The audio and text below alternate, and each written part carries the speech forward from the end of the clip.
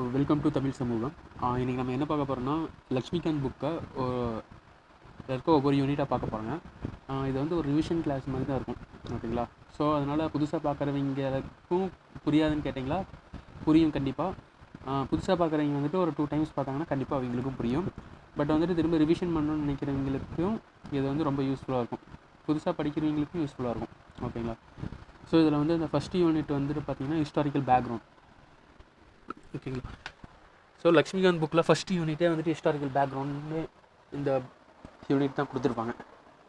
So நம்ம ஏன் historical background படிக்கணும்னு பார்த்தீங்கன்னா, ஸோ நம்ம இப்போ அந்த கான்ஸ்டியூஷன் இருக்குல்ல, நம்மளுடைய இந்திய அரசியலமைப்புங்கிறது பார்த்தீங்கன்னா ஒரு நாளில் எழுதப்படலை, ஓகேங்களா?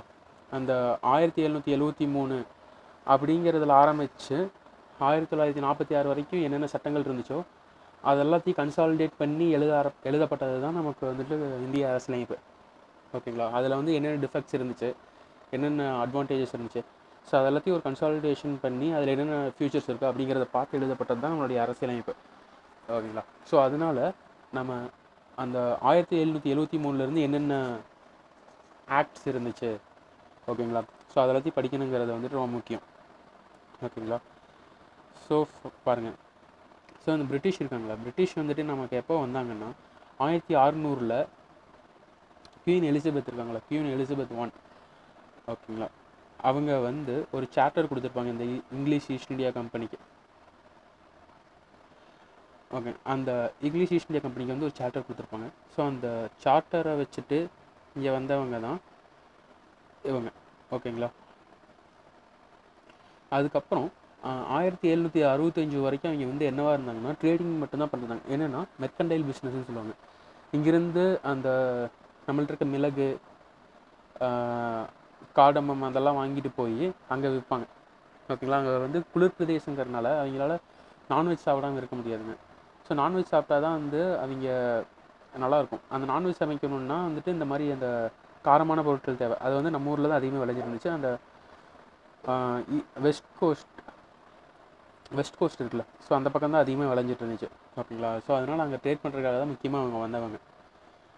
முன்னாடி வந்துட்டு அரேப்ஸ் வந்துட்டு அந்த சுயஸ் கேனல்லாம் இருக்குல்ல, ஸோ அந்த வழியாக வந்துட்டு இருந்தாங்க. பட் வந்துட்டு அங்கே ஒரு பொலிட்டிக்கலி வந்துட்டு ரொம்ப ஒரு இதாக இருந்திருக்கும். என்னென்னா அங்கே முன்னாடி ஒருத்தவங்க ஆட்சியில் இருந்திருப்பாங்க, அவங்க தூக்கி போட்டு வேற ஒருத்தங்க ஆட்சிக்கு வந்திருப்பாங்க, ஓகேங்களா? ஸோ அதனால வந்துட்டு அந்த சுயஸ் கேனலை வந்து அடைச்சிருவாங்க. ஸோ அப்போ வந்துட்டு புதுசாக ஒரு ட்ரேட் ரூட் கண்டுபிடிக்கணும் அப்படின்ட்டு கண்டுபிடிச்சது தான் இந்த வாஸ்கோடாமா வந்து கண்டுபிடிச்சிருப்பாரு. ஃபஸ்ட்டு போர்ச்சுகீஸ் வந்திருப்பாங்க, போர்ச்சுகீஸை தொடர்ந்து இங்கிலீஷ் வருவாங்க, ஃப்ரெஞ்சு வருவாங்க. ஸோ அப்படி வந்தீங்க தான் இங்கிலீஷும், ஓகேங்களா? இங்கே வந்துட்டு முக்கியமாக அவங்களுடைய பிஸ்னஸே வந்து என்னென்னா இங்கேருந்து வாங்கிட்டு போய் அந்த மெர்கன்டைல் பிஸ்னஸ் பண்ணுறது தான் அவங்களுடைய முக்கியமான வந்து அவங்களுடைய பர்பஸு. பட் வந்து 1765 பேட்டில் ஆஃப் பக்சர் அப்படின்னு நடந்திருக்கும். அதுக்கு முன்னாடி பேட்டில் ஆஃப் பிளாசி 1756 நடந்திருக்கும். ஸோ இந்த 2 போர்களும் இந்தியாவுடைய தலையிலேயே மாற்றின போர்கள்னு தான் சொல்லணும். ஏன்னா அந்த 1765 பேட்டில் ஆஃப் பக்சர் முடிஞ்சதையும் இங்கிலாந்துக்கு வந்து என்ன கிடைக்கும், பிரிட்டிஷ் ஈஸ்ட் இந்தியா கம்பெனிக்கு வந்து என்ன கிடைக்குதுன்னா திவானி ரைட்ஸ்னு ஒன்று கிடைக்கும். திவானி ரைட்ஸ்னால் வந்து என்னென்னா ரெவன்யூவை கலெக்ட் பண்ணுற ஒரு ரைட்ஸ் தான் திவானி ரைட்ஸ். ஸோ அந்த திவானி ரைட்ஸ் கிடைச்சதுக்கப்புறம் பெங்கால், பீகார், ஒரிசாலாம் இங்கே வந்து ரெவன்யூவை கலெக்ட் பண்ணுவாங்க. ஸோ இதிலிருந்து என்னவா ஆரம்பிக்குதுன்னா இங்கே டெரிட்டோரியல் பவராக ஆரம்பிக்கிறாங்க. டெரிட்டோரியல் பவர்னால் இது வரைக்கும் வணிகம் மட்டுமே பண்ணிகிட்டு இருந்தவங்க ஒரு இடத்த பிடிச்சி அந்த இடத்த வந்துட்டு ஆட்சி செய்கிறதுக்கான அதிகாரங்களை பெற்றுட்டாங்க. ஸோ அதுதான் டெரிட்டோரியல் பவர்.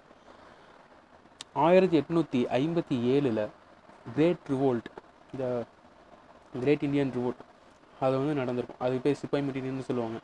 ஸோ அந்த சிப்பாய் முட்டினி நடக்கிற வரைக்கும் பிரிட்டிஷ் ஈஸ்ட் இந்தியா கம்பெனி கிட்ட தான் எல்லா பவரும் இருந்துச்சு. ஆனால் 1858 இந்த கிரேட் இந்தியன் ரிவோல்ட் நடந்து முடிஞ்ச பிறகு பிரிட்டிஷ் வந்து என்ன பண்ணுறாங்கன்னா பிரிட்டிஷ் க்ரௌன் வந்துட்டு டைரக்ட் ரெஸ்பான்சிபிலிட்டி எடுத்துக்கிறாங்க, ஓகேங்களா? கவர்னன்ஸ் ஃபுல்லாகவே பிரிட்டிஷ் குவீன் கிட்ட போயிடுது. இங்கிலீஷ் ஈஸ்ட் இந்தியா கம்பெனிக்கு எந்த ஒரு வேல்யூ இல்லாமல் போயிடுது. ஸோ இந்த குவீனுடைய கவர்னன்ஸ் வந்து எது வரைக்கும் நடந்துச்சுன்னா ஆகஸ்ட் 15, 1947. ஸோ அது வரைக்கும் இவங்க தான் இருந்தாங்க, ஓகேங்களா?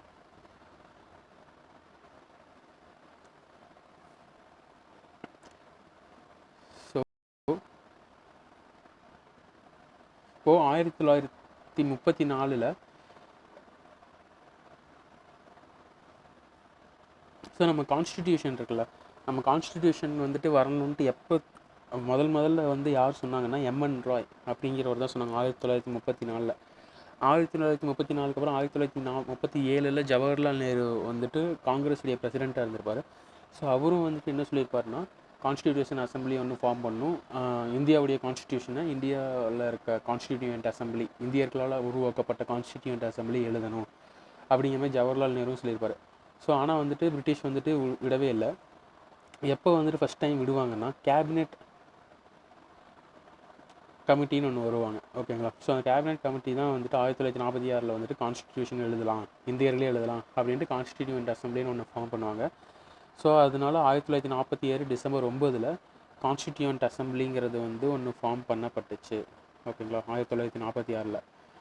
ஸோ அவங்க வந்து எப்போ கான்ஸ்டிடியூஷன் எழுதி முடிச்சாங்கன்னா, நவம்பர் 26, 1949 எழுதி முடிச்சிருப்பாங்க. பட் வந்து ஜனவரி 26, 1950 தான் வந்துட்டு அவங்க வந்துட்டு ப்ரெசென்ட் பண்ணியிருப்பாங்க. கடைசியில் நடைமுறைக்கு வந்தது பார்த்திங்கன்னா ஜனவரி 26, 1950 தான் நடைமுறைக்கு வரும். ஏன் அந்த ஜனவரி 26, 1950 வந்து இது பண்ணாங்கன்னா, 1929 பூர்ண சுவராஜ்னு ஒன்று கொண்டாடிப்பாங்க. எதுக்குன்னா, பிரிட்டிஷ் வந்து நமக்கு சுதந்திரம் தரமாக இல்லை, ஆனால் நம்ம வந்துட்டு என்ன பண்ணி காங்கிரஸ் வந்து என்ன பண்ணியிருப்பாங்கன்னா, நமக்கு நாமளே சுதந்திரம் கொடுத்துக்கலாம் அப்படின்ட்டு இந்த நாள் தான் ஜனவரி 30, 1930 தான் சுதந்திர நாள் அப்படின்னு சுதந்திர தினத்தை கொண்டாடியிருப்பாங்க. ஸோ அந்த நாளையும் நம்ம ரிப்பப்ளிக் டேவை வச்சுக்கலாம் அப்படின்ட்டு கொண்டு வந்தது தான் ஜனவரி 1950 26 அன்றைக்கி வந்து நடைமுறைக்கு வந்திருக்கும், ஓகேங்களா. ஸோ பிரிட்டிஷோடைய ரூலில் வந்துட்டு நிறைய ஆக்ட்ஸ் கொண்டு வந்தாங்க. அந்த ஆக்ட்ஸ் எல்லாத்தையும் நம்ம ஃபஸ்ட்டு ஆரம்பிக்கும் போதே சொன்னால் ஒரு கன்சாலிடேஷன் பண்ணி அதுக்கு பிறகு கொண்டு வரப்பட்டது தான் நம்மளுடைய கான்ஸ்டியூஷன். ஸோ அதனால் நம்ம வந்து அந்த பிரிட்டிஷ் காலத்தில் கொண்டு வந்த ஆக்ட்ஸை பற்றி நம்ம கண்டிப்பாக தெரிஞ்சுக்கணும், ஓகேங்களா. ஸோ அதில் வந்துட்டு கம்பெனி ரூல் நான் சொன்ன 1858 வரைக்கும் கம்பெனி தான் ஆண்டுட்டு இருந்தாங்க. ஸோ அந்த கம்பெனி ரூலில் முதல்ல ஒரு ஆக்ட் வந்துச்சு, என்னென்னா regulating act of 1773. Regulating act of 1773, ஓகேங்களா. ரெகுலேட்டிங் ஆக்ட் வந்துட்டு தான் ஃபஸ்ட்டு கொண்டு வந்தது ஆக்ட், ஓகேங்க. ஈஸ்ட் இந்தியா கம்பெனி 1600 வந்தாங்கன்னு சொன்னேன். ஆனால் அதை கவர்ன் பண்ணுறதுக்கு எந்த ஒரு ஆக்ட்டுமே வந்து பிரிட்டிஷ் கவர்மெண்ட் கொண்டு வரல. ஆனால் 1773 மட்டும் ஏன் கொண்டு வரணும் அப்படிங்கிற ஒரு ரீசன் இருக்குது. எதனாலனா 1773 கம்பெனி வந்து பேங்க் கிரிப்ட் ஆகிற அளவுக்கு போயிடும், அதாவது திவாலா ஆகிற நிலைமைக்கு போயிருங்க. ஸோ அப்போ வந்து கம்பெனி போய் பிரிட்டிஷ் கவர்மெண்ட்டை கடன் கேட்பாங்க கம்பெனியை காப்பாற்றணுன்ட்டு. ஆனால் அந்த கம்பெனி ஈஸ்ட் இந்தியா கம்பெனியில் ஒர்க் பண்ண எல்லாருமே, அந்த கவர்னர் இருக்கட்டும், எல்லாருமே வந்துட்டு ரொம்ப செழிப்பாக இருக்காங்க. ஆனால் கம்பெனி திவாலா நிலைமைக்கு போயிருக்கு. ஆனால் கம்பெனியில் வேலை செஞ்சவங்க எல்லோரும் ரொம்ப செழிப்பாக இருப்பாங்க. ஸோ அதனால தான் வந்துட்டு பிரிட்டிஷ் கவர்மெண்ட் வந்து என்ன பண்ணாங்கன்னா, இந்த கம்பெனி இப்படியே விடக்கூடாது, நம்ம ரெகுலேட் பண்ணணும் அப்படிங்கிறதுக்காக கொண்டு வந்த முதல் ஆக்ட் இதுதான், ஓகேங்களா. ஃபஸ்ட்டு தடவை வந்துட்டு கம்பெனியை ரெகுலேட் பண்ணணும் அப்படின்ட்டு கொண்டு வந்த முதல் ஆக்ட் வந்துட்டு இதுதான். அது மட்டும் இல்லாமல்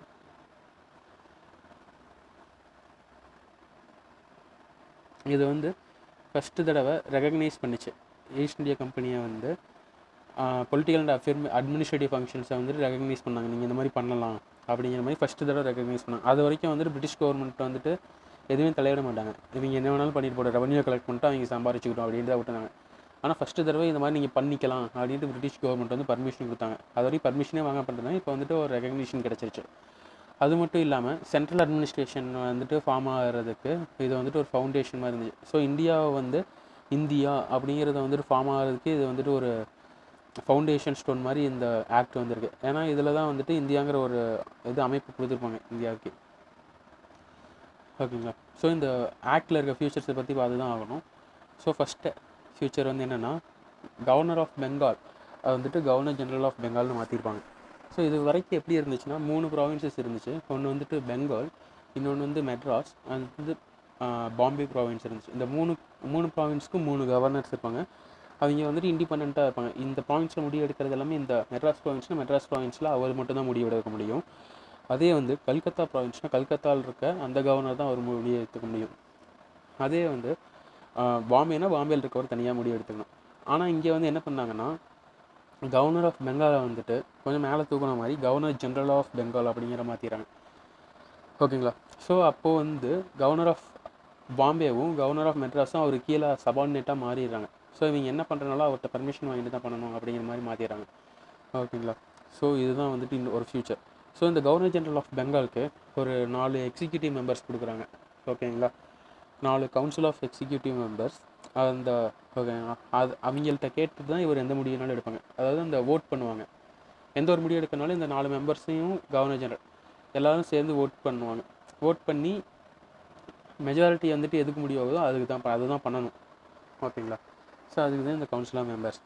ஸோ இந்த மாதிரி ஃபஸ்ட்டு கவர்னர் ஜெனரலாக இருந்தது வந்து யாருன்னு பார்த்தீங்கன்னா நம்ம Lord Warren Hasting.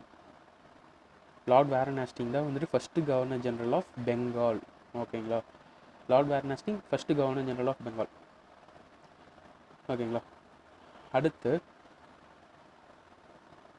1774 supreme court at கல்கத்தாவில் வந்து சுப்ரீம் கோர்ட் வந்து ஒன்று ஆரம்பிக்கிறாங்க.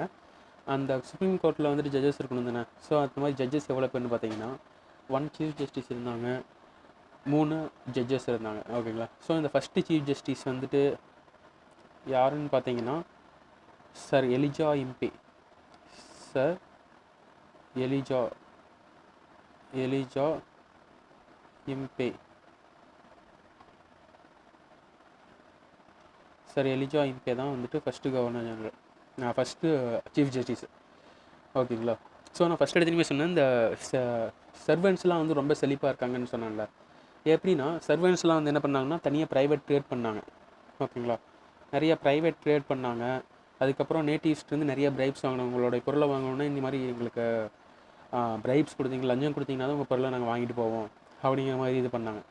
ஸோ அப்போ வந்துட்டு அதனால செழிப்பாக இருந்தாங்க. ஸோ இந்த ஆக்ட் வந்து என்ன பண்ணாங்கன்னா இந்த மாதிரிலாம் யாரும் பண்ணக்கூடாது. இப்போ கவர்மெண்ட்டுக்காக வரீங்கன்னா நீங்கள் கவர்மெண்ட்டுக்கான ஒர்க் மட்டும்தான் பார்க்கணும் அப்படிங்கிற மாதிரி ஒரு இது பண்ணுவாங்க. ஸோ அதனால தான் வந்துட்டு ப்ரைவேட் ட்ரேடு, ப்ரைப்ஸ் ஃப்ரம் நேட்டிவ்ஸ் இது எல்லாத்தையும் வந்து ப்ரோஹிபிட் பண்ணாங்க. ஓகேங்களா. ப்ரோஹிபிட் பண்ணுறாங்க. அடுத்து கண்ட்ரோல் ஆஃப் பிரிட்டிஷ் கவர்மெண்ட். இந்த கோர்ட் ஆஃப் டைரக்டர்ஸ்னு ஒருத்தங்க இருக்குங்களா, அவங்க தான் வந்துட்டு இந்த அட்மினிஸ்ட்ரேஷன்லாம் பார்த்துக்குவாங்க. ஸோ அந்த கோர்ட் ஆஃப் டைரக்டர்ஸ் வந்துட்டு ரெவன்யூ, சிவில் அண்ட் மிலிட்ரி அஃபேர்ஸை வந்துட்டு பிரிட்டிஷ் கவர்மெண்ட்டுக்கு வந்துட்டு தெரிவிச்சுக்கிட்டே இருக்கணும், அனுப்பிட்டே இருக்கணும் இன்ஃபர்மேஷன்ஸை. அப்போ அதோடைய ஸ்ட்ரென்த், அந்த பிரிட்டிஷ் கவர்மெண்ட்டோட ஸ்ட்ரென்த் வந்து இதில் அதிகமாகிடுச்சு. ஏன்னா என்ன முடிவு எடுக்கிறனாலும் அவங்கள்ட்ட கேட்டு எடுக்கிற மாதிரி ஆயிடுச்சு. ஓகேங்களா. ஸோ இந்த ரெகுலேட்டிங் ஆக்டில் வந்து நிறையா டிஸ்அட்வான்டேஜஸ் இருந்துச்சு, டிஃபெக்ட்ஸ் நிறையா இருந்துச்சு. என்னென்னா அந்த ஃபஸ்ட்டு பாயிண்ட்டே பார்த்தோம்ல, ஒரு 4 கவுன்சில் மெம்பர்ஸ் கொடுத்துருக்காங்க. அவங்க வந்து என்ன பண்ணாங்கன்னா நிறையா முடிவு எடுக்கிறதுல நிறையா பிரச்சனை நடந்துச்சு. ஏன்னா இப்போது 4 பேர் இருக்காங்க, அவங்களுடைய ஓட் இருந்துச்சுன்னா தான் நம்ம பண்ண முடியும். இதில் வந்து கவர்னர் ஜெனரல் வீட்டோ பவர்னு ஒன்று இல்லை. வீட்டோ பவர்னால் அவர் தன்னிச்சையாக முடிவு எடுக்கிற பவர் தான் வீட்டோ பவர்னு சொல்லுவாங்க. ஸோ அந்த வீட்டோ பவருங்கிறது இல்லை. எதுனாலுமே இவங்க முடிவு எடுத்தால் தான் அவரை நடத்த முடியும். ஸோ நிறைய ப்ராஜெக்ட்ஸ் வந்து ஸ்டால் ஆச்சு இவங்கனால. ஸோ இதெல்லாம் டிஃபெக்ட்ஸ். ஸோ இந்த டிஃபெக்ட்ஸ்லாம் சரியாகிறதுக்கு தான் வந்து என்னென்னா பிட்ஸ் இந்தியா ஆக்ட் வந்து 1784 கொண்டு வந்தாங்க. ஸோ இந்த பிட்ஸ் இந்தியா ஆக்டுடைய ஃபியூச்சர்ஸ் அப்படின்ட்டு பார்த்தீங்கன்னா கம்பெனியோடைய பொலிட்டிக்கல் அண்ட் கமர்ஷியல் ஃபங்க்ஷன்ஸ் வந்து பிரிச்சுட்டாங்க. ஸோ இது வரைக்கும் கமர்ஷியல் அண்ட் பொலிட்டிக்கல் ஃபங்க்ஷன்ஸ் எல்லாமே வந்துட்டு யார் பார்த்துட்டு இருந்தாங்கன்னா கோர்ட் ஆஃப் டைரக்டர்ஸ் தான் பார்த்துட்டு இருந்தாங்க. ஆனால் இப்போ வந்து என்ன பண்ணுறாங்கன்னா கமர்ஷியல் ஃபங்க்ஷன்ஸை தனியாகவும் பொலிட்டிக்கல் ஃபங்க்ஷன்ஸை வந்து தனியாக பார்க்க ஆரம்பிச்சாங்க. கமர்ஷியல் ஃபங்க்ஷன் என்ன, பொலிட்டிக்கல் ஃபங்க்ஷன்னா என்னென்னு ஒரு சில டவுட்ஸ் இருக்கும். ஸோ கமர்ஷியல் ஃபங்க்ஷன்ஸ்னால் வந்து என்னென்னா இந்த ட்ரேட் பண்ணுறது, இங்கேருந்து மெர்கன்டைல் பிஸ்னஸ் பண்ணுறது, அதுதான் கமர்ஷியல் ஃபங்க்ஷன். அதே வந்து பொலிட்டிக்கல் ஃபங்க்ஷன்னா இந்த ரெவன்யூ கலெக்ட் பண்ணுறாங்கன்னு சொன்னால, இந்த ரெவன்யூ கலெக்ட் பண்ணுறது, சிவில் ஜஸ்டிஸ் எல்லாம் வந்துட்டு இது பண்ணுறது, அட்மினிஸ்ட்ரேட் பண்ணுறது, இதெல்லாம் வந்து பொலிட்டிக்கல் ஃபங்க்ஷனில் வந்துடும். ஸோ இந்த கமர்ஷியல் ஃபங்க்ஷனை வந்துட்டு யார் வந்து மேனேஜ் பண்ண போகிறாங்கன்னா கோர்ட் ஆஃப் டைரக்டர்ஸ், முன்னாடி இருந்த கோர்ட் ஆஃப் டைரக்டர்ஸ் தான் பண்ண போகிறாங்க. ஆனால் இந்த பொலிட்டிக்கல் ஃபங்க்ஷன்ஸை வந்துட்டு அட்மினிஸ்ட்ரேட் பண்ணுறதுக்கு புதுசாக ஒரு பாடி உருவாக்கிக்கிறாங்க. அவங்க தான் வந்து யாருன்னா போர்ட் ஆஃப் கண்ட்ரோல். ஓகேங்களா. ஸோ இப்போ வந்துட்டு 2 கவர்மெண்ட் இருக்குது, ஒன்று கோர்ட் ஆஃப் டைரக்டர்ஸ், இன்னொன்று வந்து போர்ட் ஆஃப் கண்ட்ரோல். ஸோ இது வந்துட்டு ஒரு டபுள் கவர்மெண்ட் வந்து எஸ்டாப்ளிஷ் பண்ணியிருக்கு அப்படின்னு கூட சொல்லலாம். அதுக்கப்புறம் போர்ட் ஆஃப் கண்ட்ரோலுக்கு வந்துட்டு இன்னும் நிறையா எம்பவர் பண்ணியிருந்தாங்க. என்னென்னா போர்ட் ஆஃப் கண்ட்ரோலுக்கு supervise and director operations of civil and military government of revenues of the British positions. ஓகேங்களா. அதாவது போர்ட் ஆஃப் கண்ட்ரோல் தான் சிவில் அண்ட் மிலிட்ரி கவர்மெண்ட்டுடைய ரெவன்யூஸை வந்துட்டு பார்த்துக்கணும், அட்மினிஸ்ட்ரேட் பண்ணணும், சூப்பர்வைஸ் பண்ணணும் அப்படிங்கிற மாதிரி ஒரு பவரை கொடுத்துருக்காங்க. ஸோ இதில் வந்துட்டு முக்கியமாக ஒரு வேர்ட் யூஸ் பண்ணியிருக்காங்க. என்னென்னு பார்த்தீங்கன்னா பிரிட்டிஷ் பொசிஷன்ஸ். ஸோ இது வரைக்கும் இந்த பிரிட்டிஷ் பொசிஷனுங்கிற வேர்ட் எந்த ஒரு ஆக்ட்லேயுமே யூஸ் பண்ணியிருக்க மாட்டாங்க. இதில் தான் வந்துட்டு பிரிட்டிஷோட டெரிட்டரி எங்கெங்கெல்லாம் இருக்கோ அது எல்லாத்தையும் பிரிட்டிஷ் பொசிஷன்ஸ் அப்படிங்கிற ஒரு டேர்மை யூஸ் பண்ணியிருக்காங்க. அதுவும் மட்டும் இல்லாமல் இதில் வந்துட்டு என்ன சொல்லியிருக்காங்கன்னா, பிரிட்டிஷ் கவர்மெண்ட் வந்துட்டு சுப்ரீம் கண்ட்ரோல் வந்துட்டு, ஓகேங்களா, பிரிட்டிஷ் கவர்மெண்ட் சுப்ரீம் கண்ட்ரோல் கம்பெனியோட அஃபேர்ஸில் வந்துட்டு பண்ணியிருக்காங்க. எப்படின்னா இந்த போர்ட் ஆஃப் கண்ட்ரோல்னு ஒன்று நியமிச்சதுனால பிரிட்டிஷ் கவர்மெண்ட்டில் தான் ரொம்ப அதிகமான கண்ட்ரோல் இருக்குது அப்படின்னு சொல்லியிருக்காங்க. ஓகேங்களா.